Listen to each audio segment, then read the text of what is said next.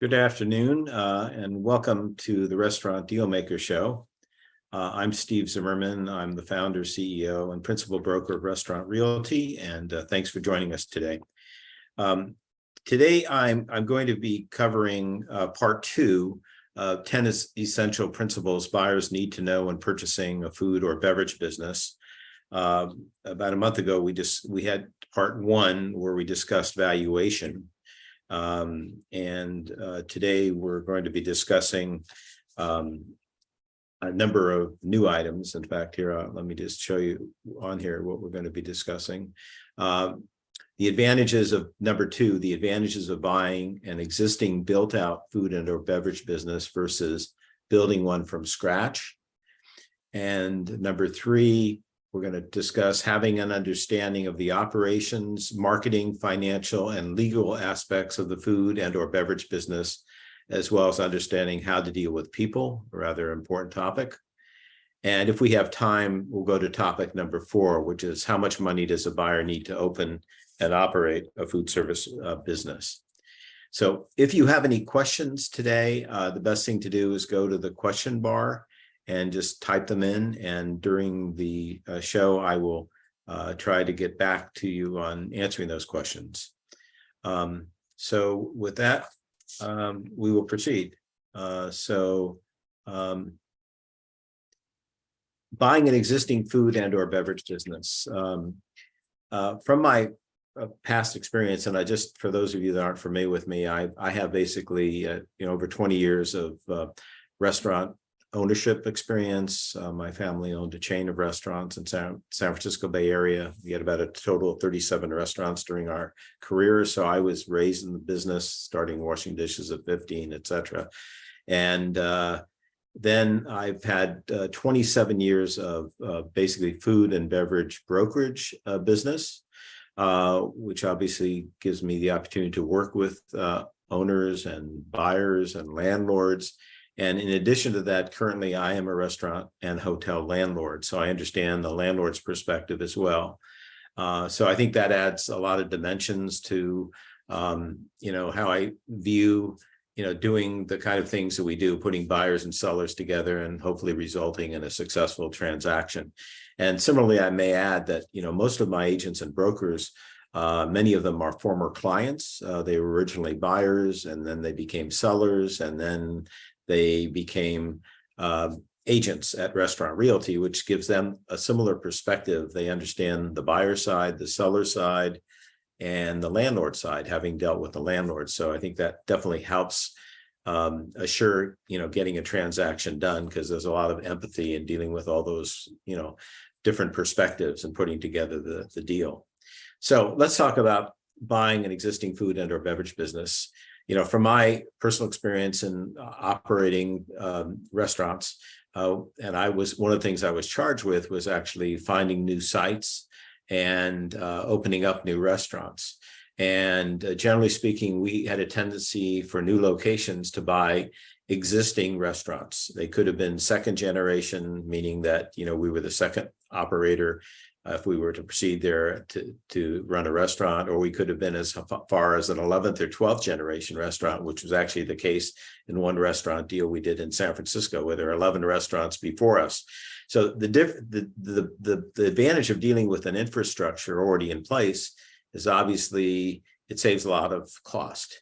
You have, the pre-existing plumbing, electrical, HVAC system, duct system, the egress and ingress, hopefully that's done properly for, that meet code requirements, ADA, American Disabilities Acts, compliance, et cetera. So those things are generally already in place. So that's a big advantage, saves a lot of money, because it's the leasehold improvements, the things you don't see, the plumbing, electrical, et cetera, the kitchen equipment layout, that is the really most costly part of the project. Obviously, another advantage of buying an existing facility is it's much quicker timetable to open it. If you're dealing from scratch, it could take you a year or more to get the thing open, having to get permits, having to go to the building department, the planning department, and then perhaps there are going to be public hearings because you're in a residential area and the residences want to put in their 2 cents regarding operating hours, et cetera. So a lot of moving pieces. In fact, I talked recently with a client they've owned and operated probably over 50 restaurants in their career, and they're doing a new restaurant now from scratch. And he was lamenting on God, why didn't I buy an existing restaurant versus building one out from scratch? I was supposed to open 6 months ago, and I'm still, dealing with all these, code issues and trying to get signed off by all the respective, code departments, et cetera. So anyway, time, obviously you expedite time. And also, in some cases, you can be grandfathered in, like in San Francisco, very small venues where it's very hard to create an ADA restroom or an ADA entrance. Those smaller places can be grandfathered in for such thing as ADA or fire department egress and ingress requirements and some other building requirements. So that can be an advantage if it's a smaller venue. If it's a larger venue, inevitably you're going to have to deal with ADA. You're going to have to deal with proper current building and planning requirements. So also, if you're buying an existing restaurant or beverage operation, if you can get the lease assigned, an older lease, the older leases don't have all the bells and whistles that newer leases have, i.e., because inflation has increased, versus a lease that was generated, let's say 10 years ago, that may be assignable, you may be looking at 2 to 3% yearly increases, versus now you may be looking at much higher increases based upon inflation and CPI. So additionally, in some of these newer leases, we're saying they have what we call gotchas, landlord gotchas, where they have recapture provisions, which means that if you ask for an assignment of the lease, the landlord basically has the right to terminate the lease, which is obviously would be disastrous for an operator, that has a viable business and he wants to sell it, and he asks for an assignment. The landlord says, your lease is going to be terminated in so many days. In more cases than not, there's usually a rescission period in a lease if there is a recapture provision, which means that the seller or a tenant can rescind his request to the landlord to not proceed with asking for an assignment, so he can preserve his status there as a viable tenant. But we don't see those kind of recapture provisions in older leases. That's just one onerous thing. Another problem is, in some cases, the landlord has the right to share in the profits on the sale. Then there may be a caveat that that may be only applicable to if there's a sublease, and then the landlord wants to make sure he gets the split or on a sublease. So in other words, if the tenant is selling the business on a sublease basis, he's paying $1.50 a square foot, but he's subleasing it to a new sublessee for $2.50. So there's $1 spread. The landlord wants to have the right to have that spread go to him, not to the tenant, because it's the premises that basically gives the right to the operator to operate, but any kind of excess profit should go to the landlord in regards to occupancy costs. So those sort of things. Also, options, generally speaking, newer leases, options are personal, which means that they're only applicable to the current tenant. They aren't assignable. So there's some definite advantages to, if you're buying an existing business and you can do an assignment of the lease, then that's a good way to go. I guess, and again, there are two ways of taking over an existing space. One that is what we call an assets sale, which means you're putting in your own new concept. You're not buying the proprietary items, the menu, the trademarks, the name, et cetera, and you're putting your own brand on there. And the other is the going concern. We discussed this in the last episode. The going concern meaning you are buying the concept, the name, the proprietary items, the trademarks, the formulas, everything. And in that case, if you are buying a going concern business, it's eligible in a lot of cases for SBA financing, which is very helpful because in some cases, SBA financing will finance, 90%. In some unusual situations, may even go 100%. So obviously, the buyer pool is much bigger for people that have less cash and more cash. So that makes the business more marketable if it is SBA financeable. Also, if you're buying in an existing operation that's making money, you have existing cash flow, right from the get-go. So these are just some of the advantage of buying an existing food and beverage operation. Now, what are the disadvantages of it? Well, in some cases, you may compromise on the physical plant and it's less efficient. And obviously that's a big concern. Efficiency, labor cost is a very big part of the operating cost of a food service business or beverage business. And so, having the kitchen laid out properly, so, the cooks can basically, maximize their efficiency and not have to walk excess distance and can put the plate presentation together more expeditiously, et cetera. It's important to have a good physical plant, makes it more efficient. And so there will probably be some compromising if you're taking over an existing restaurant and you're putting in your own menu, you're doing an asset sale on an existing premises. That means you're going to probably have to realign the kitchen equipment. You may have to pop in some new equipment, a rotisserie or, specialty equipment that is unique for your operation that it wasn't there before. And maybe the equipment's not aligned properly, and you may have to elongate the hood because you need hood coverage for any direct cooking items. So those are things that you have to be aware of. And then also, if you're buying an asset sale on an existing site, that previous operation that was, let's say, not successful may have a bad reputation.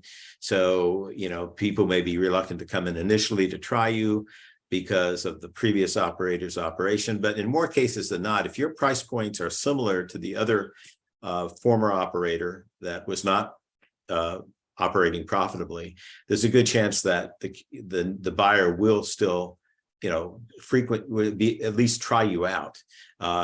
We call that the curiosity seeker. They want to see a new concept, especially if they're in the immediate trade area.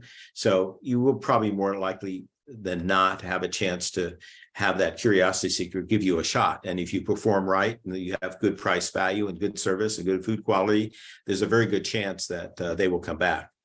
So, and again, one of the disadvantages of buying an existing plant is, obviously it's an older business, and as much as due diligence you do on the onset to make sure that everything's up to par physically, you've done all your inspections, your plumbing, your electrical, et cetera.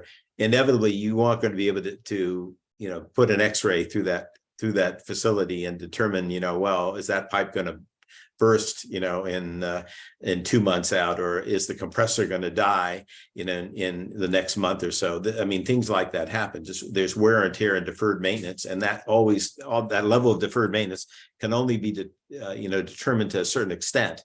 Basically the current state of that deferred maintenance, but you don't know that compressor may go out in 2 months or 3 months, or you may have to replace a stove or a major piece of equipment because it's an older facility. So again, there are extraordinary repairs and maintenance in a existing food operation. Those are the disadvantages of that. So what are the advantages? Let's talk about building one from scratch. There's a shell basically, and you basically have to put in the leaseholds. In some cases, the landlord may participate on some of the leaseholds. I'm talking about plumbing, electrical, putting in the restrooms, HVAC system, et cetera. But again, a lot of those are going to be borne on the tenant's responsibility. So, but in any case, some of the advantages are you're definitely going to have a stronger image. If you have a new storefront, people are going to be more apt to try you because there's been a major change in the physical, the way it looks. And then when you come in, obviously it's a whole new plant. And so you get better identity as a new concept versus, having to basically change an existing format. It still sort of reeks to some extent the old operation, although you can do a lot with color and paint and smoke and mirrors, they say. So, and again, the efficiency problems or lack of some of the efficiency problems that you may have in an existing operation, if you're buying existing, you can control those and minimize those because you're building it from a plant. So it's going to be as very more efficient, let's say, than a business that you're going to retrofit. So, and then landlord may be vulnerable to give you some free rent and or landlord contributions to improvements because you're improving his building. So those are basically the advantages. The disadvantage, though, it's far more expensive. Let me just give you some specific examples. Let's say a 1,500 square foot restaurant, and you have an allocation of let's say a third to the back of the house, 2/3 the front of the house. You want to have a ratio of obviously more front of the house space because that's where you put the seats, assuming it's a sit down type restaurant, either a self-service or a full service restaurant. You can't put people sitting in the kitchen, obviously, right? So you want to maximize the number of seats, but you have to have enough back of the house space to obviously have the servicing ability to service 30 to 40 seats that you're going to have typically inside in a 1,500 square foot business. But the cost to buy an existing business, if you came to me and said, Steve, I want to buy a 1,500 square foot restaurant, the price range is probably going to be somewhere between 100 to 200,000, depending upon the location and the quality of the improvements and the quality of the lease.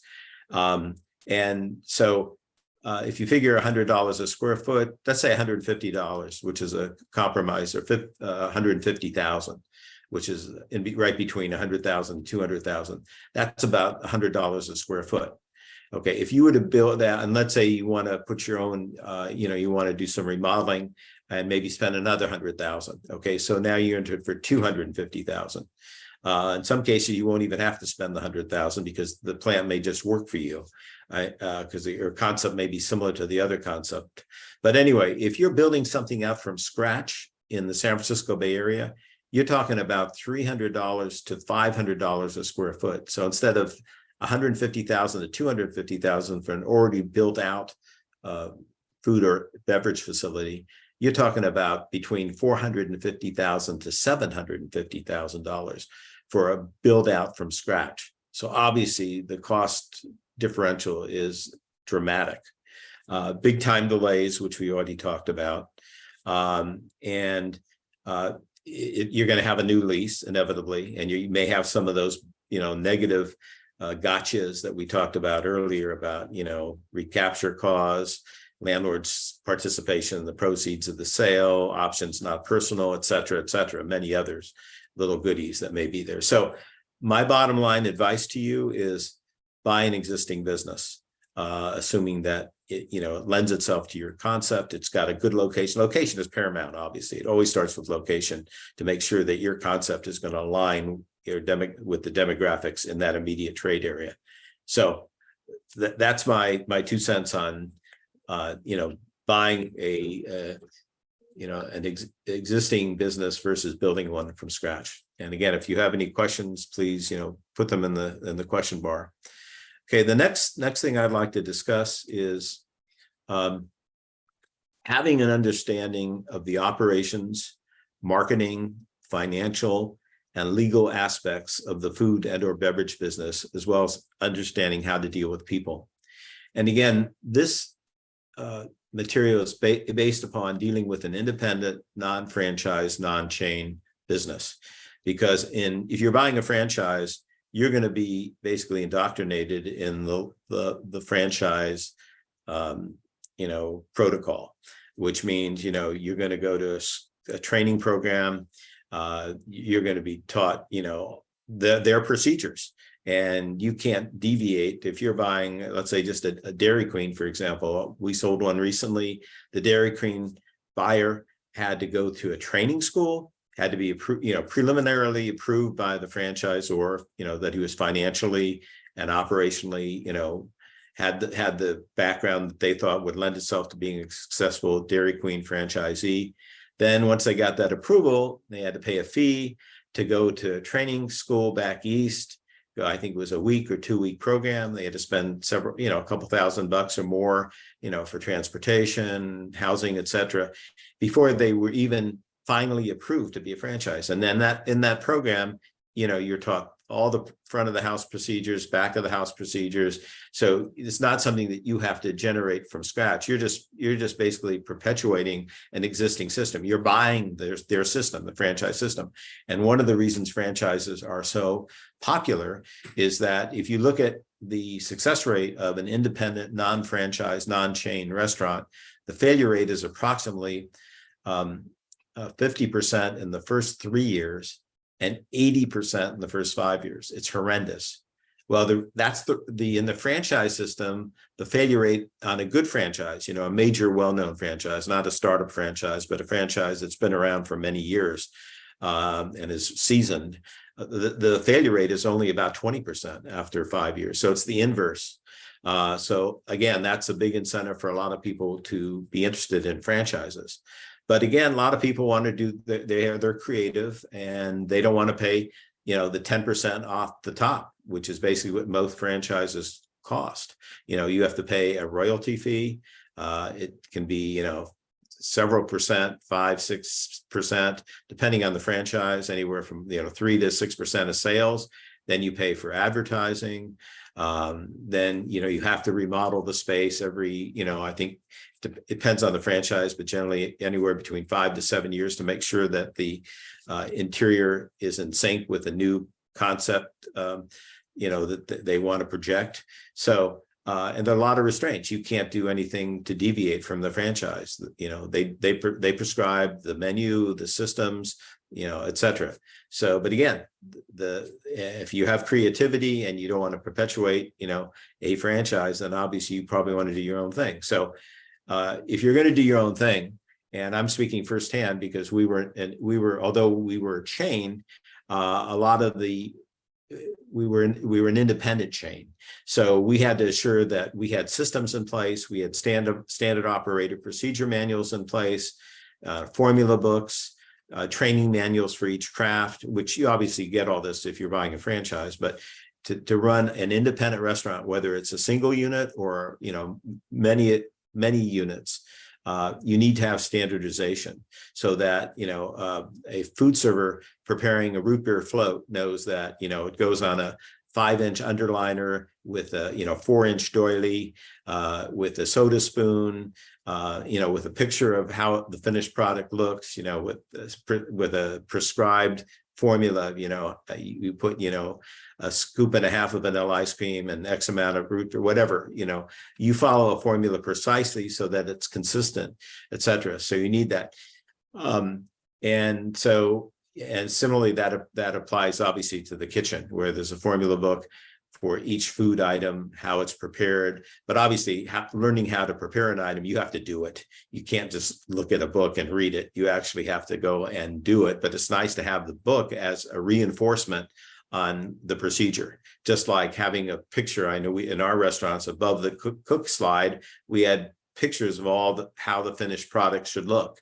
So they had a guideline to make sure that the finished product they were producing would look similar to that. And again, so you have to have all these things in place. You have to have a knowledge of the front of the house and the back of the house. And speaking firsthand from my experience, going to number one, my restaurant history, I started washing dishes when I was 15. And so I got a good feel for, what's involved in the dishwashing area, and which included, in our case, the janitorial areas, the maintenance janitorial. And we had a janitor that came in at the end of the night that did all the heavy duty mopping of the place, but the maintenance, staffing the restrooms every hour to make sure they had proper toilet paper, paper towels, soap, that, all the facilities were clean and neat, and floors were neat. The mirror was, didn't have a lot of spots on it. So that was the responsibility of a dishwasher. It's important that all those nuances, and that goes, right to the kitchen, learning all the cooking procedures, the storage procedures, the receiving procedures, and the front of the house as well, learning customer recognition, learning all the procedures at the front of the house, cash procedures, the hostess procedures, all the different stations. It's important that you have a working knowledge of these. If you're going to be a single unit, operator, obviously, if you develop a chain, then obviously you're going to develop a management team, and the managers would be you're taking your place, so to speak, to make sure that all the procedures are implemented properly, that there's good service, consistently good service, good food quality, and a clean environment. Those are the basics. But again, I'm going back to, a single unit operation. You need to obviously, or multi-unit operation, you need to understand the administrative procedures, the hiring and firing procedures, knowing the basic labor laws, banking procedures, and in-store accounting procedures. And I'm just giving you a superficial overview here. I could spend hours going into each one of these areas, but I'm just trying to give you a general overview of what you need to learn and know to operate a food and beverage business. And this is, largely oriented to newbies, maybe haven't had a lot of experience in the restaurant business. Obviously, those people that are buying restaurants, that have been buying them for many years, know a lot of this stuff. And I'm sure we'll concur with, a lot of what I'm saying. So you just can't go out and, operate from the seat of your pants. You have to have systems in place. So specifically, you need to, obviously, marketing and public relations plays a very big part in the success of an operation. Obviously, that whole arena has changed dramatically since I've been in the business. Since '95 was the last time we had restaurants. Internet hadn't even come to play, and needless to say, social media was not around.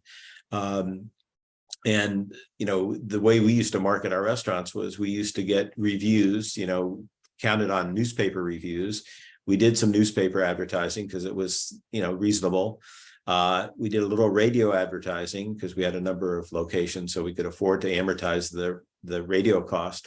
But a single unit person today or yesterday couldn't afford really radio advertising to any extent, or TV for sure. It was prohibitive.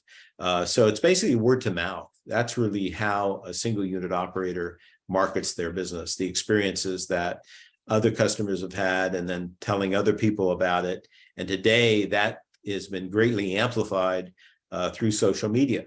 So needless to say, number one, you need to have a real strong presence on social media, Google, Facebook, Instagram, those are the biggies.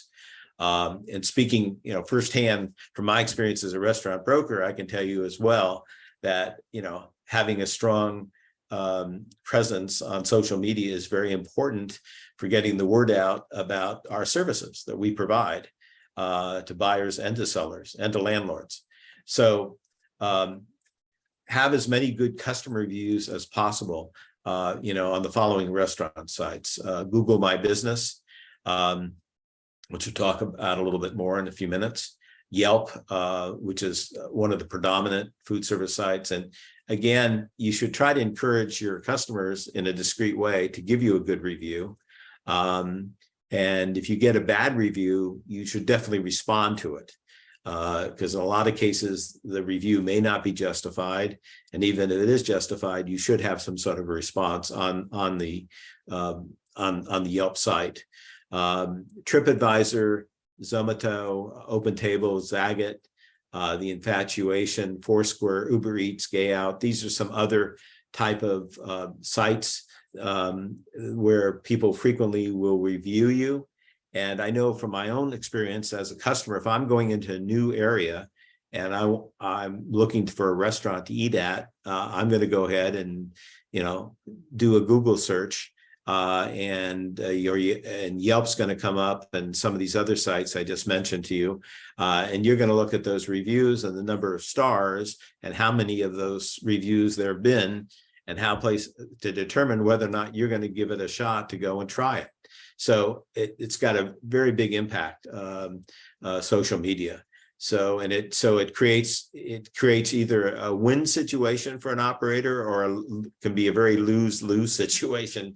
And frequently, one of the things I talk about to my agents and brokers, if they're trying to generate new business for themselves, to find new listing opportunities, I said, look at the reviews, and if you see reviews with a huge number of negative reviews, that seller probably is in trouble, and that operator, is in trouble and may be a candidate to be a seller, because obviously social media will make or break, in a lot of cases, operators. It's good that the whole social media thing, there's goods and bads to it, and I would prefer personally that didn't exist, but it's there, and it's going to continue to be there and probably expand, with the AI and all this other stuff that's, high tech oriented. So it's just the way of the world, and you got to deal with it. You need to have a strong website. You want to make sure, we call it SEO, marketing, search engine optimization, where you buy keywords. Like if you're an Italian restaurant, and you specialize in pizza, you may want to have, buy keywords, and it's usually a bidding process with Google. And obviously, depending upon the demand for that, the price, for, buying pay-per-clicks, what they're called, to get you in a higher position on the page, so you're more vulnerable for people to see you and check you out, and have a higher vulnerability for a person to try you. So having a strong presence on on the website, having your website in a strong position through SEO, keywords is important, and it's important to have a website. And basically, on a website, you need to have some basic things like your menu. And if you have special diet opportunities like vegetarian, gluten-free, dairy-free, kids menu, etc., you should obviously highlight that, because those markets are becoming bigger. So the gluten-free market and vegetarian markets in particular are expanding. The new generations have a propensity to, be oriented to those kind of desirable, services. And again, they want to know, what kind of amenities do you have? Do you do takeout delivery, which has become an important feature for just most all restaurants as a result of COVID. Do you have catering services? Outdoor seating is obviously important. A lot of people have been brainwashed from COVID that they won't sit inside a restaurant, or they'll only go to a restaurant that has outdoor seating because they're still paranoid about COVID. Needless to say, hopefully that's been put to bed, but there are still some older people that are just, paranoid. What can I tell you? So if you don't have outdoor seating, or some outdoor seating, in a lot of cases, you're not going to get a shot at that customer that, is oriented to wanting, outdoor seating. But again, parking, that's something that you should discuss. Hours and days of operation, some customer reviews, food photos, obviously the location address, phone numbers, email addresses, and they always like to know a little bit, about the history, the personalization. Is this a second, third, fourth generational business? That may attract people. There are people that are oriented to try independent operators versus chain operators, and they like to see a personality involved, and like to know historically how long it's been around, what's the involvement of the owners, the history, et cetera. That adds a lot to complementing, a prospective customer's decision as to whether or not he wants to pursue, a new restaurant opportunity. Some other marketing items, sending out e-newsletters regularly to customers about new programs you may have. You may have specialty menus for the holidays, special hours of operation. You may have some, special programming going on during football season. If you have a bar, you may have, additional happy hour tied into, Monday Night Football. it's important to keep your customers aware of what's happening, what's changing in the restaurant. You may be celebrating a special anniversary, a 20th anniversary. You have some new special food items coming on, holiday menus, maybe special events going on, related to, again, an anniversary of the business. And so that, hyping new activity is important for stimulating, repetition. But bottom line, repetition will largely come from how well you basically execute. Your consistency and, good food, excellent service and food, and in a clean environment, and with price value. And price value is very important. And unfortunately, a lot of operators today are having problems maintaining price value because food costs, labor costs, and all other costs, insurance, utilities, are increasing far greater than the operator's ability to increase prices to absorb those increased costs. So consequently, margins for a lot of operators are getting squeezed, and it's creating a real, financial challenge for many operators to trying to make a living. In a lot of cases, they got PPP money during COVID, and a lot of operators we're finding today have used up the PPP money.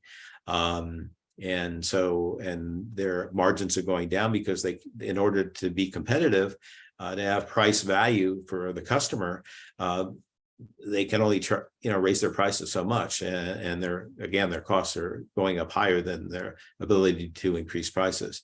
So those are all concerns that operators have. Didn't mean to deviate, but being a former operator, I have a lot of emotion and sensitivity for operators' ability to survive, because it's such a tough business to survive.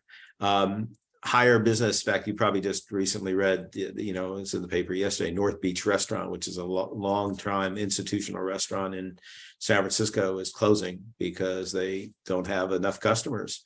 It's the aftermath of COVID and, all the negative things that it's happening in San Francisco, et cetera, that it's very sad. And we see these institutional restaurants, all the time, becoming far and few between, not being around very, very as much. It's very sad.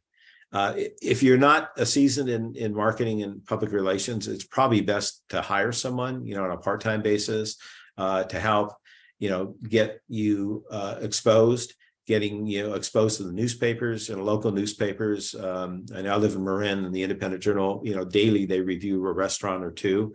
And they're generally, all very positive because they're trying to stimulate the local economy. So, getting word out and trade publications locally and other media is important, as well as just, social media and the internet. Those are some ideas. As an operator, you need to have some financial expertise. I'm not suggesting that you need to be an accountant. But you need to be able to understand monthly profit and loss statements, daily sales reports, and monthly bank statements. Basically the heart of your business is financially is being able to know where you are financially, and so you should know what the target percentage should be on your profit and loss statement for all your major expense categories, such as food cost. Obviously, you based upon how you priced out your menu, that your food cost should be, let's say, 30%. Your beverage cost should be 20%.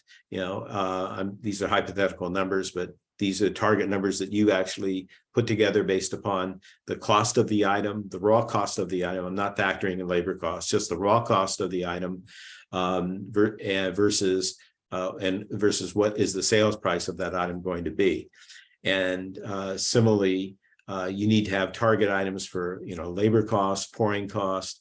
So that in reviewing your profit and loss statement, if you see your food cost and your beverage cost is out of line, that means probably, maybe portion control is not being properly implemented. There's over-portioning that may be occurring. There may be some theft. There may be some improper receiving procedures, a whole myriad of different problems that have gotten your food cost out of whack. Assuming, again, that, costs are stable and your menu prices are, have been designed, relative to the stability of the market.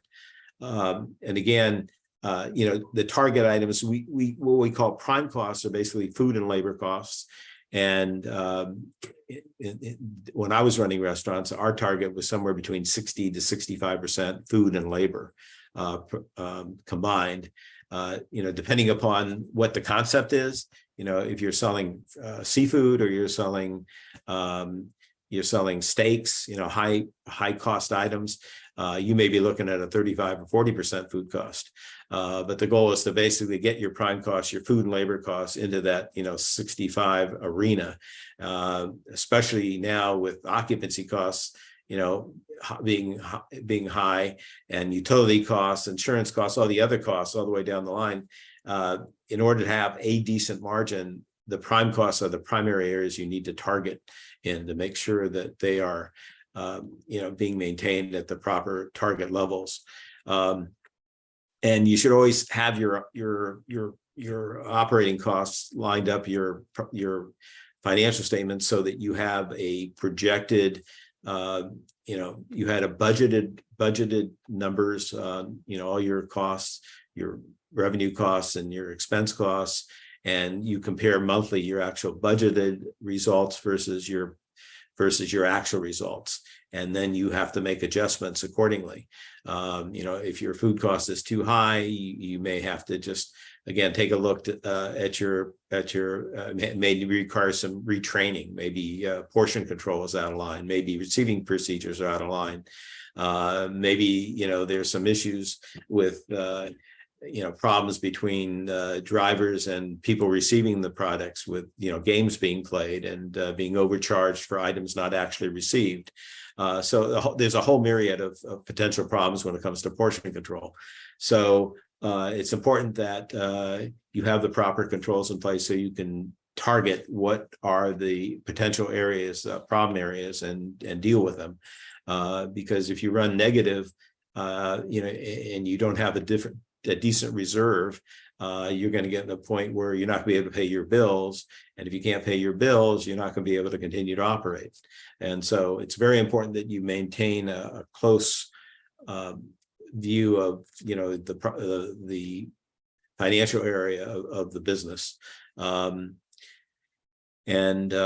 So that's extremely important. Inventory control is very important. Minimally, you should be taking inventories monthly. You should have an opening inventory and then a closing inventory each month, so you can figure out what your food cost is and what your pouring cost is. And if there are problems, I'll just give you a specific personal problem that I had when I was running a restaurant, a specific restaurant. Did a heavy volume, and it was a heavy breakfast business, and generally our breakfast costs were lower, probably in the area of 25%, versus restaurants that didn't have as high a mix of breakfast. We serve breakfast, lunch, and dinner. At this particular restaurant, about 40% of sales were breakfast.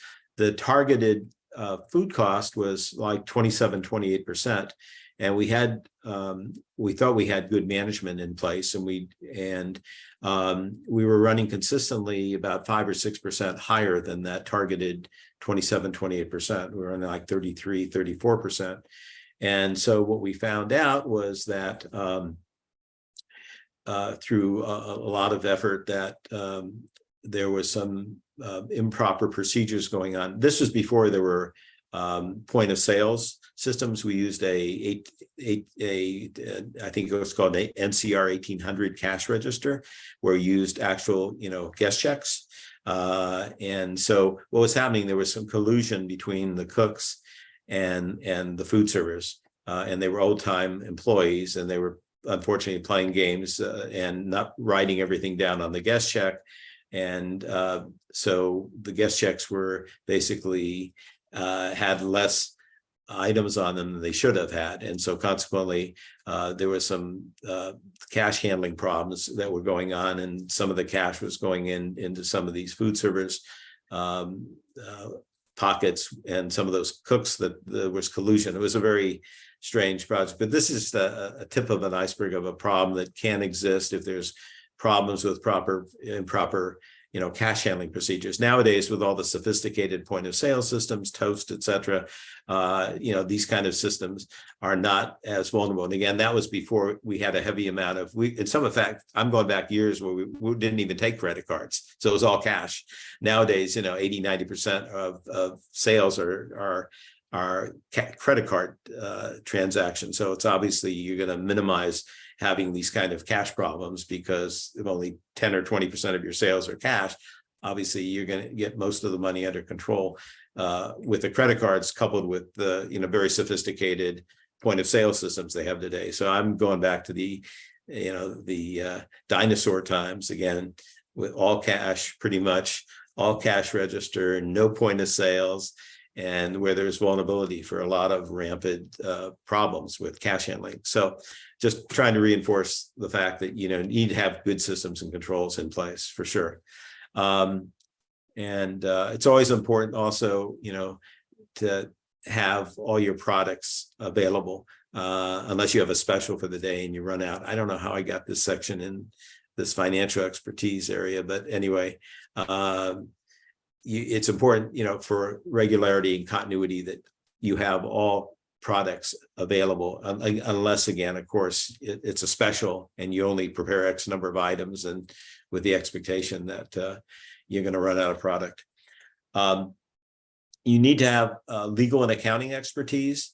Again, you don't have to be a lawyer, you don't have to be an accountant, but you should work with an accountant that understands restaurant accounting, and a lawyer that has that experience dealing with restaurants, because you have unique situations that occur in the legal and accounting area that in the restaurant industry that perhaps aren't the same kind of problems that may exist in other industries. So one of the things, although it's somewhat universal, immigration requirements, you want to make sure that anyone that you hire has a social security number, either has a green card, has some sort of a work visa, legally has the right to work in this country. Because if not, you could be fined, used to be $10,000 per employee, if the immigration service, does an audit and determines that the person working with you is not legal. So there's a process called I-9 where you have to actually go have, I think, two pieces of identification supporting the fact that you are a legal employee, legally have the right to work at the premises. So it's important that you meet those immigration requirements. Obviously, it's important you have all your proper licenses in place, business license, health department license, ABC license. You have to pay usually a yearly fee to renew the ABC license. And you have the proper controls on your equipment, like on all the fire extinguishers. You have the proper tags, you have the proper regular inspections to make sure that they're full. I'm just giving you just a random assortment of different controls that you need to have to make sure the place is running, is up to speed from a safety and health point of view. You need to file your tax returns, obviously regularly. Your payroll taxes have to be filed, per, the requirement. You got to pay your county tax, your state tax, your federal tax. You got to pay all your taxes. We find in a lot of cases when we're selling a business, there are what we call negative escrows, where there are more expenses owed by the seller than the amount of consideration that's coming in. And the reason is he hasn't paid a lot of his taxes. And so with the delinquent taxes, you have penalties and interest expense. So you gotta, if you can't afford to pay your taxes, you can't really be in business, because that's a requirement for doing business. You have to pay your taxes. So you need to deal with accountants, attorneys that are experienced in dealing with restaurants, bars, and club businesses. I'm hitting just some of the basics, overview of the basics that you need to know in order to operate a business, operate a food and or beverage business. And of course, I think one of the most important areas is how to effectively deal with people. If you're buying an existing business, going concern, and the employees are paramount, and the most important asset of the business. They're the face of the business, and the experience that a customer has is going to be largely as a result of the service experience that he has. Is the service pleasant? Is there a customer recognition? If something doesn't come out right, does the food server take immediate action to try to get it corrected? It's very important as an owner dealing with people that you are consistent. Everybody obviously has their ups and downs, but again, as a manager, owner, you need to be consistent. You got to treat people fairly. You got to have empathy. I mean, inevitably people have issues. Somebody may get sick, their kids may be sick, there may be a death in the family there, and people may not be able to come in, and as such, you're going to have to make adjustments in your schedule, and you're going to have to understand those kind of things, because inevitably things like that do happen. We're dealing with humans. You got to be a good communicator. You got to be fair with people. You got to be objective. You got to be a role model, and you got to set the pace for the business. And you got to put your best foot forward, have a smile on your face, and try to maintain the standards of consistently good service, good food, and quality in a clean environment. These are basics. It's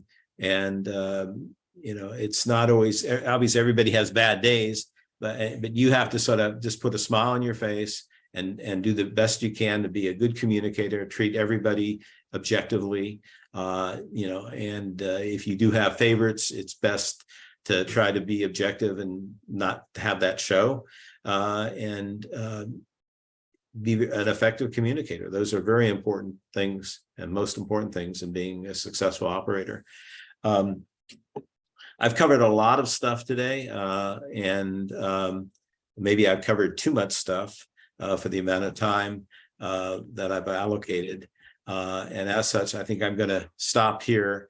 And again, I appreciate you tuning in. Just to give you an update, our future Restaurant Dealmaker Show in 2 weeks on October 26th, Michael Baker, who is actually a former buyer client and chef owner of Pizzalina in San Anselmo, and soon to open a second location in Walnut Creek, will be our guest host on the 26th. And then November, Jeremy Brockman of Brockman Communications, who's also our marketing director, will be talking about cutting edge marketing techniques that operators should be tuned into.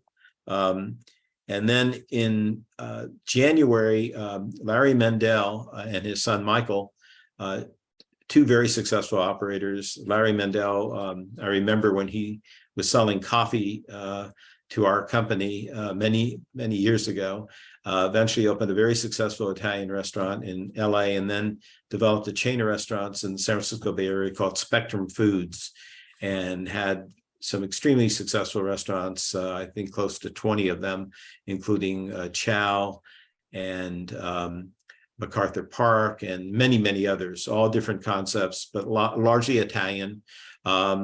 Eventually he bought Il Fornaio when it was a struggling, I think 4-unit chain, built it up to many units, took it public, and most of you know of Il Fornaio.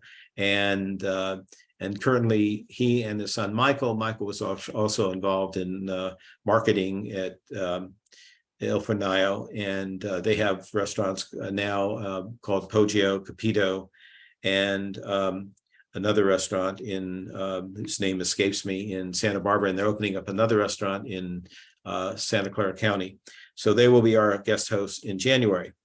Convino is the other restaurant, Convivo, excuse me.